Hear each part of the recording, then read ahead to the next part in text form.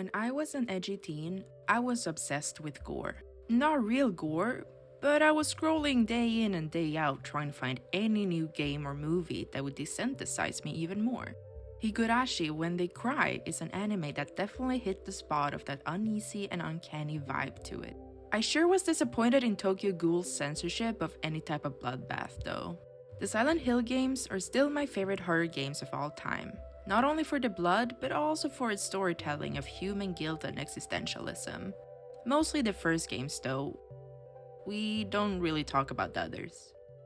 I think, however, after growing up and experiencing life and death in some capacity, I couldn't handle it anymore. It got too real.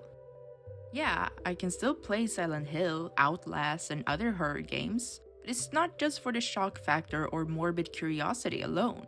Until I tried Fear and Hunger. It has affected me in such a way that I can't stop thinking about it. I don't know if it's anxiety or what, but it's weirdly enough in a good way. It's a different yet similar feeling to all those years ago. I also think there are others out there that feel the same type of obsession. I've played Darkest Dungeon and I thought it was just an RPG Maker version of it. I had no idea when I stepped into the game and heard those barking wolves that it'd be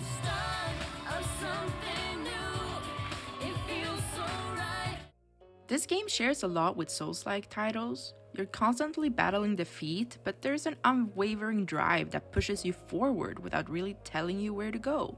Whether it's the thrill of success or never-ending curiosity for the lore, you want to just keep on going. Even if it takes years, like I did with the first Dark Souls. I didn't give up, it's just a break, okay? This game brings up gruesome elements, and I'd say that gruesome is a nice way of saying it. Sexual assault And body horror are some of them, so if you're not okay with that, it's not the game for you. Having to cut off your limbs if they get infected, or even get cut off by an enemy, makes you feel so worthless while you're pulling yourself through the area. Jumping down into a hole of defecation, even if you know deep down that you'd probably not get up again, also adds to the game's ability to intrigue players. The lore within this game is nothing short of captivating. It's easy to just dismiss it as just an RPG Maker game, but it plunges you headfirst into the harrowing trials of its characters, compelling you to endure their suffering in your quest for answers. The exceptional sound design plays a big role in this journey.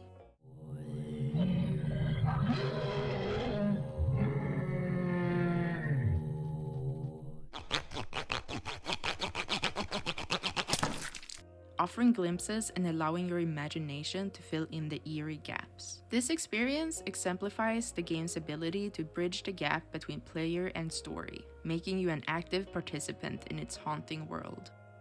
I've managed to finish the first game, but the second one still eludes me. As I mentioned at the start, I'm completely obsessed. I put together this video not just to share my thoughts, but also as a way to unwind and express how this game has rekindled a curiosity for horror that I haven't felt in years. It's a testament to the game's impact, and I'm excited to dive further into it. As we conclude our journey into Fear and Hunger for now, it's intriguing to see how this game draws inspiration from the legendary manga Berserk. I have to admit, my inner weeb just couldn't resist the call. Much like Guts, who's completely fixated on Griffith for all the right and wrong reasons. These games have taken over my thoughts, compelling me to see them through to an end, all in pursuit of that elusive sense of closure.